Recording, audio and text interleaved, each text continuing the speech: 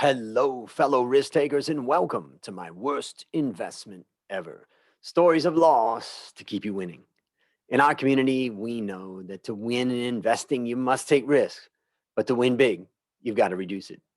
This episode is sponsored by ASTOTS Academy, which offers online courses that help investors, aspiring professionals, business leaders, and even beginners to improve the finances of their lives and their businesses. Go to myworstinvestmentever.com right now to claim your discount on the course that excites you the most in there.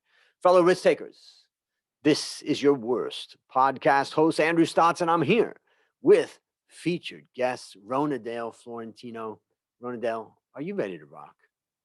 Oh, yes, I'm very much ready to rock. Very excited for today's episode, really.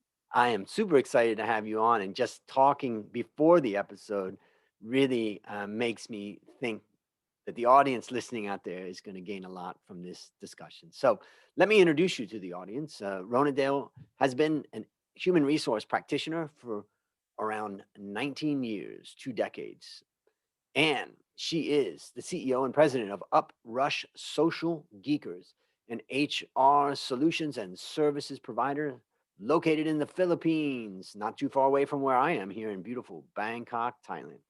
She has held various director level positions and has worked on the gamification framework to gamify aspects of human resources and the Digital 2001 project, which helped her company digitize their human resources operations, which to me, both of those sound pretty cool, particularly that gamification.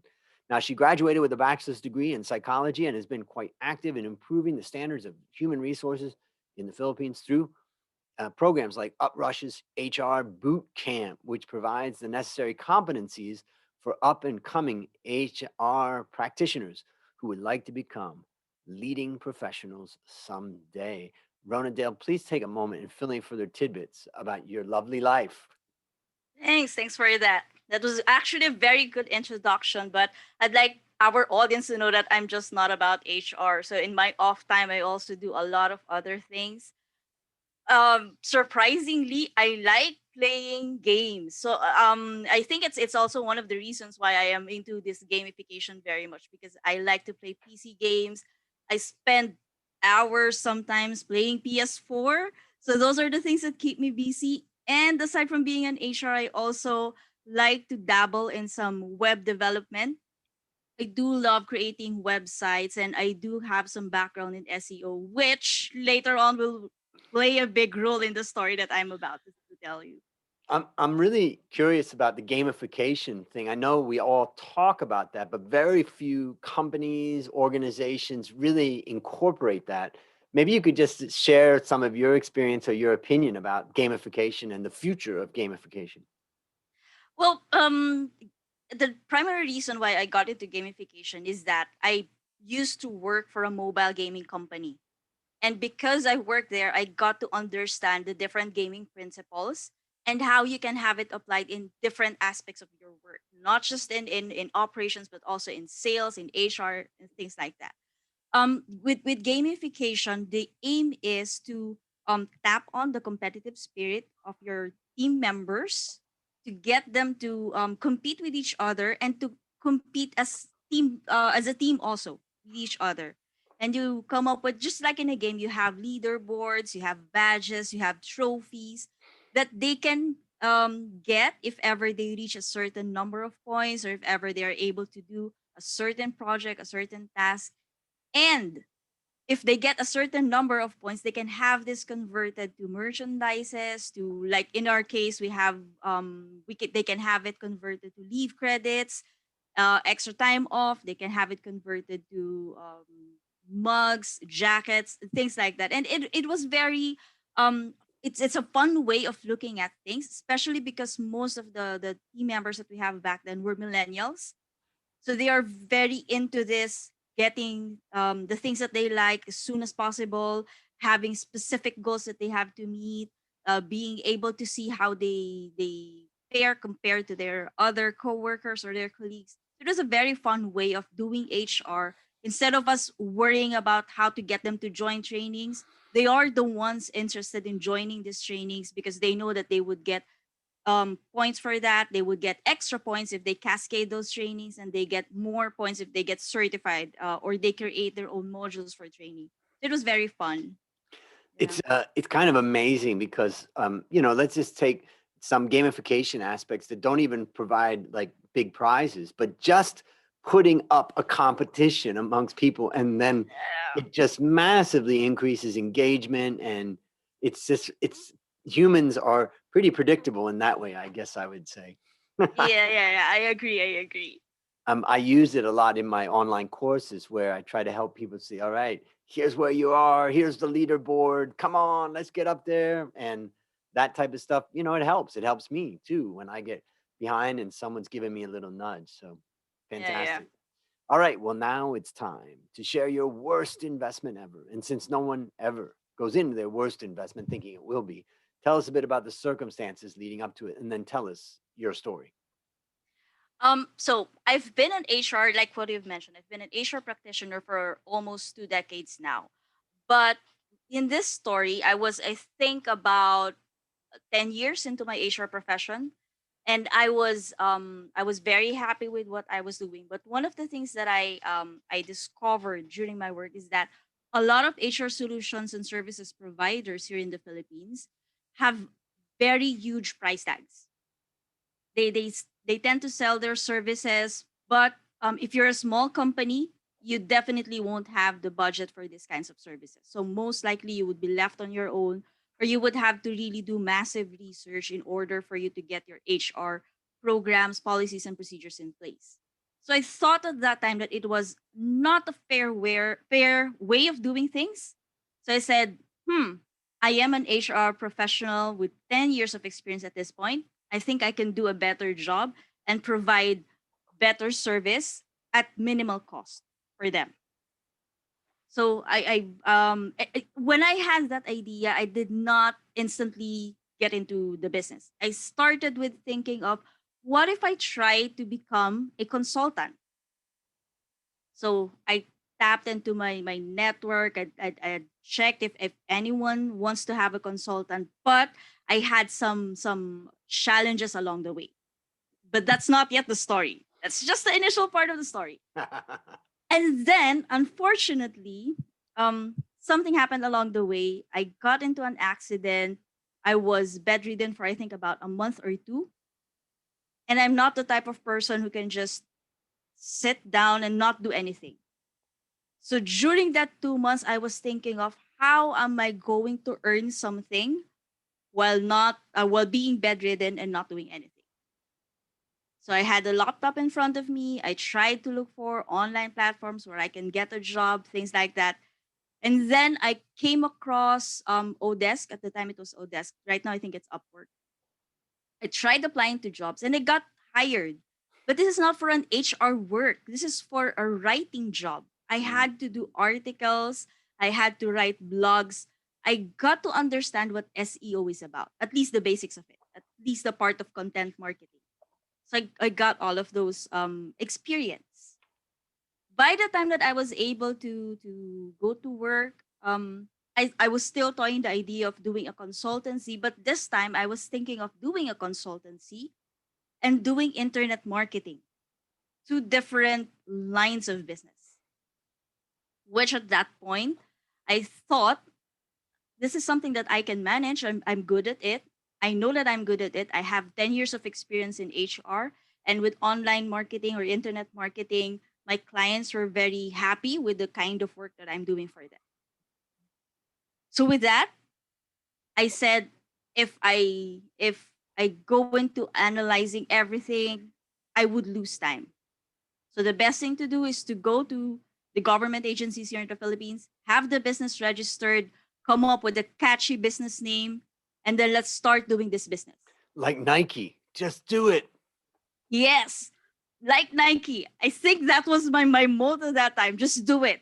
Instead of analyzing things, let's just do this. Let's get done with all of this. So I got the business registered. The name of the business at that time was Talent Shout Business Consultancy. And I was very proud of that because I'm in my late 20s at that time, and it was I thought that that age is very young to have your own job, to be a managing director or president or a CEO. So this is a very big deal for me. And I was very particular with the title that I have at the time. President, CEO. Wow, this is big for me. Register the business. I have all of these things ready. I started tapping my previous clients for internet marketing and getting them to subscribe to my business instead of going through Odesk. I tried looking at my previous bosses and asking them if they know of anyone who might need an HR consultant. And the first few months was really the best for me. Money was coming in. I was getting a lot of clients. I was getting a lot of requests, and then it hit me that I cannot do all of this on my own. So, being the HR professional that I am, I started looking for people who can help me. But young as I was, I started looking at the wrong direction. I started at looking at people that I have an emotional connection with. So this goes against all of the things that I've learned as an HR professional. Instead of me looking into the competencies, the skills, I was looking at the emotional connection. So I got people that I that were part of my life in the past, that I had relationships with, and hired them to do the job. But because these people do not share the same vision as I have, nor the same skills that I have, I had to take time to really train them. And this took a while. So I noticed that we're getting a lot of complaints because the quality of the services that we are putting out were not the same as before. So I was doing two jobs at that time. I was training my staff, and at the same time, I was also trying to do some of the things that they should be doing. And it was putting so much strain on me. So I said I had to dial it down a bit and lessen the number of clients that we are taking in.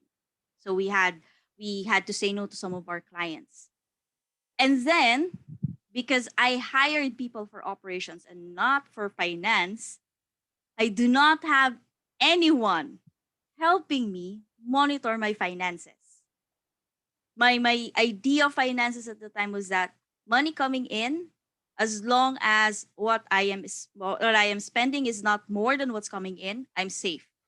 But I forgot to take into consideration that there are some expenses that may not be payable at this point, but it will accrue at some point, and you have to pay for that. And if you're not looking at it carefully, you might not notice that you're spending more than what's coming in. And that's what happened. I was spending so much on meals, on salary, on things that are not really important to the business, that at some point I realized that, wait, I was no longer making money. I was already spending so much that my personal finances are now getting mixed with the company's finances. And at that time, when I registered my business, I registered it as a sole proprietor business because I thought I would not be spending more if it's a sole proprietor business. So there was, I was, when I started looking at the finances, when I got someone to help me with all of the things, that's when I figured out that I was losing so much money that I have to cut down on costs and I have to let go of some people. And because I was too nice to these people and trying to support them, even if there wasn't much return on investment, they were not really familiar with the processes. They don't know what to do. Because I was too nice to them, when I had to let them go, there was a lot of conflict. I had these are friends. These are people who are part of my past and I have relationships with. I had to let them go And I had to, even up to now, some of them I haven't spoken with for a long time. They do not want to talk to me. They do not want anything to do with me because I had set the wrong expectations with them. I had to let them go and I had to rebuild the business. But I was so in the red that rebuilding the business was no longer an option. And Mm, everyone that I got to talk to, they were telling me that, it's not a good idea to rebuild the business. Just declare bankruptcy, just close the business. And even I had a lot of debts with government agencies. Here in the Philippines, you have to pay for SSS, PhilHealth, pag-ibig, even if you're a sole proprietor. We had a lot of misses on those. And it incurred a lot of penalties, a lot of fines. I had to pay all of those out of my own pocket. And I was so in the negative that I had to close the business and I had to go back to corporate world. And when I went back to corporate world and started working for a few years, that's when I realized that how I handled that, how I started that business was wrong right from step one. So wrong. wrong from the start. Wrong from the start. And I am not afraid to say that because Mm, when I realized I had to have that realization in order for me to really understand the best way to start the business and the best way to go about it and mm, the kind of business that I should be involved with. I had to go through that in order for me to grow as a business person. got it. So tell us, how would you summarize the lessons that you learned? Number one, and this is for anyone who's looking at and start would like to start a business. No, it's not correct. Don't just do it. First thing that you have to do is you have to do your due diligence. You have to research first. You need to have an understanding not just of how to start a business, but an understanding of your own strengths and weaknesses, of the kind of service that you are really familiar with, and not the kind of service that you want to have just because everyone's doing it. I think that's one of the mistakes that I've had because everyone is into internet marketing, everyone was into SEO. I I started doing that even if I do not have the right background for that. Got it. So don't just do it. Don't Next. just do it. The next is always uh, pay particular attention to your finances. That's very important. Regardless if you're an HR or regardless of the background that you're in, you need to have an understanding of basic accounting principles, basic financing principles, for you to understand what's happening in your business. Because if you do not understand your numbers, most likely you would be caught surprised at the end of the day and you would not realize that you're losing too much up to the last minute. So you have to make sure that you pay particular attention to your finances. You have to understand what's credit, debit, assets, liabilities, things like that. You have to have an understanding of those. Whoa. Well, let me summarize what I took away. I've been writing down a lot of things as I went through this. Um, the first thing I think about is I often say that small business is a trap. You know, people get into it and they don't realize they're going to get trapped in it. it. You can't walk away from it or else you're going to lose everything. But sometimes it's hard to even bring it forward. And so sometimes you're just stuck. And I'm sure before you Mhm. eventually decided to close, it's like, yeah, okay, I want more sales, but I can't hire, I don't have the budget to hire the salespeople or whatever. The other thing is, I always tell people that startup business is actually business, and most of the people who start up companies, they focus on the one area that they're good at. But running a business means you got to be good at human resource, you got to be good at finance, you got to be good at bookkeeping, you got to be good at marketing, you got to be good at administration, you got to be good at management. I mean, you got to be good at everything. And Agree. most people, I would say most people fail in startup business because they don't realize that it's not about taking one technical skill that you have and saying, I'm going to build a business around the fact that I'm a good plumber. as an example. And I know in the case of my own startup that I did many years ago with my best friend Dale, and that was 25 years ago, and it's a factory in Thailand. Now we survived till 25 years later. We are alive and thriving right now. But the point is that there was many times that we felt trapped. We didn't have the answers. We didn't have the resources. And when you have a crisis come, it's even worse because unlike a big company, you can't go to the bank and get money, and you can't, it's just very hard. And so there are times also where you just have to stand still and just not fall down, not get knocked down. Yeah, But yeah.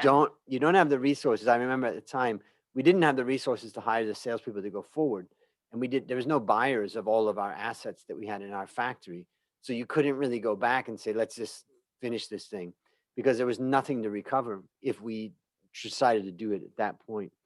Now, the other thing that you reminded me of is the idea that business is an emotional journey, and I think Mhm. that people get all excited about it, but in the end, it's about a tremendous amount of emotions that are going to shake you to the core.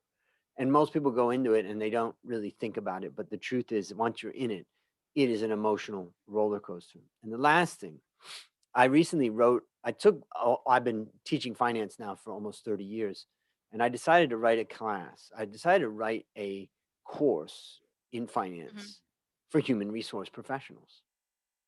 Wow, I'd like to Yes. enroll in that course. Yeah. And this course kind of came from my challenge of my own business where I could see that on the management team there were people such as human resource, such as marketing, such as sales that really didn't understand the finances of the business. And in some cases they didn't want to, other cases they just didn't have time to. So I designed a course called Finance Made Ridiculously Simple.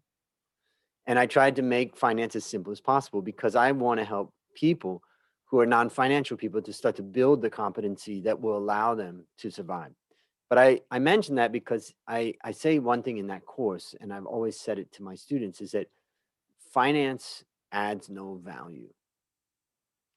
Now that sounds a little bit strange, but the point is that value comes from your products and services, your interactions with your customers. Finance is a support function, just like other support functions, that gives you the tools, gives the management team the tools to assess the outcomes of their decisions. In that sense, finance is a mirror. And that's Mhm. really, you just remind me, and I've been working with a group of interns and who have taken the course, and we're working on how do we market this and how do we make sure that we hit the mark. And the mark is human resource professionals, marketing, sales, the people who are non-financial. And how do we help them to do that so that they can survive, and they can actually become better managers? Because if you're a human resource manager or a marketing manager and you sit down on a management team and there's the CFO right across from you, and if you're feeling like you're lacking confidence, you don't really understand what he's talking about or she's talking about, then it holds you back in your career. So it's critical, and you really highlight that through this story. Anything you'd add to that?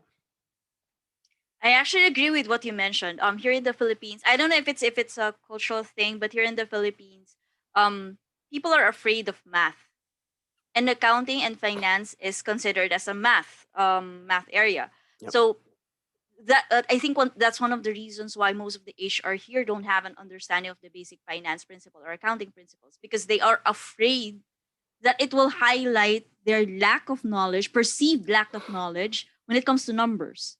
But in reality, it's I agree that it's really one of the things that they need to have in if they want to have the confidence to talk to their CEOs and to really get their CEOs to understand, for example, the return on investment on a project, the costs involved, the benefit analysis of that particular project. They need to have an understanding of those things if they would really want to speak to their CEOs and manage their CEOs. I And I, agree with that 100%. And I think that one of the lessons, obviously, for the listeners out there who are starting their business, thinking of starting their business or have already started it, I think there's a lot of lessons from what you've, taught us today and shared with us. And then I think the other lesson is to, when you come back, I remember I was the head of a department, and then I lost my job during the Asian crisis, and then there was no jobs. This is 1997. Mhm. And somebody called me back. Somebody called me. He was in a similar position as I was, and he called me to be a little bit junior of a position to work under him. And when he interviewed me, he said to me, you probably don't want to work with me because, I'm doing your job. And 3 years ago, you used to do this, or, 2 years ago. And I said to him, the fact is, I'll be your best employee. And he's like, what do you mean? I said, I understand everything about what you face in your job. And as a result, and I don't want it right now in my life. And as a result, I'm going to be a much better employee to understand the pressures that you're under and deliver my work so that it satisfies what you need to, do your job well. And of course, I was hired immediately in that case. I think I made a good point. But the idea is that when you struggle and you go out on your own, or you go somewhere and you work somewhere else, if you go back to the industry where you were, or maybe even in some cases, we Mhm. always encourage people to come back. If you're going to go out and start your own business, you want to go work somewhere else, go. But if you left on good terms with the company, consider coming back. And when those employees return, they return with a whole different level of respect for what it takes to run a business. Yeah, yeah, I agree. Because when I got back to the corporate world, I had a different understanding of what my boss, the CEO, is going through because I've already gone through it. And I was able to provide them a better support as an HR professional when I came back to the corporate. Yeah. And it's so nice to have money automatically come into your bank Oh account every yes, month. yes, yes. I missed that part when I was doing my own business. Money doesn't come automatically every 15th and 30th here in the Philippines. You really have to literally work your ass off in order for you to get paid. But if you are an employee, you can just do whatever's on your job description and just wait on the 15th and 30th and you'll have your money. There it But is. it doesn't work that way when you're in the business. So Oh, that's one of yeah. the things that you have to keep in mind if you're going to start your business. So let's think about a man or woman listening to this show who is just about to start their business, or maybe they just have started their business. And I'm going to ask you this question, which is based on what you learned from this story and what you continue to learn. What one action would you recommend our listeners take to avoid suffering the same fate? Hmm. Just one. Let me see. If You only get there's just one. one thing, yeah. If there's just one thing that you have to make sure that you do, in order for you not to go through this, it would be do your due diligence. That's it. When we say due diligence, that would already encompass everything. Researching what the business is all about, understanding the finance part of it, understanding the different types of setup that you should have in place, whether you should go corporation or you should go sole proprietor, that would encompass it. Just do your due diligence before you do it, before you do your business. Yeah. Beautiful advice. And I would add on, one part of my business is what I call outsourced CFO, where I basically help companies that usually they end up in trouble because they've messed up their finances so much. And in the end, we come in and help them clean that up. And one of the lessons that I learned from seeing so many different cases is one simple thing: close the books every month and produce a balance sheet and an income statement and a statement of cash flows. Get an accountant who can help you to do that. You don't have to be an expert in it, but just make sure that tell that accountant, I want the books closed on a monthly basis. They say, oh, most people, they just do it once a year for small business. No, no, no. Do it once a month. It's going to cost you a little bit more, but the reality is it's going to help you bring those finances, into Yeah. perspective from month number one. Agree, agree. I think I don't think I was able to mention that earlier, but when I had my previous business, Talent Shout, I did not hire an accountant. I was doing accounting myself and I don't know accounting. So when I had the second business, which is UpRush, um that's one of the things. One of the first things that I had in place. An accountant who can help me work through all of these books, understand what's happening, and like what you've mentioned, have the books closed every month so that I have a better understanding of what's happening. Exactly. And the great thing is that there's a lot of accountants out there that love doing that. Yeah, So if yeah, it's not yeah. your strength, let use them. All right, last question. What's your number one goal for the next 12 months?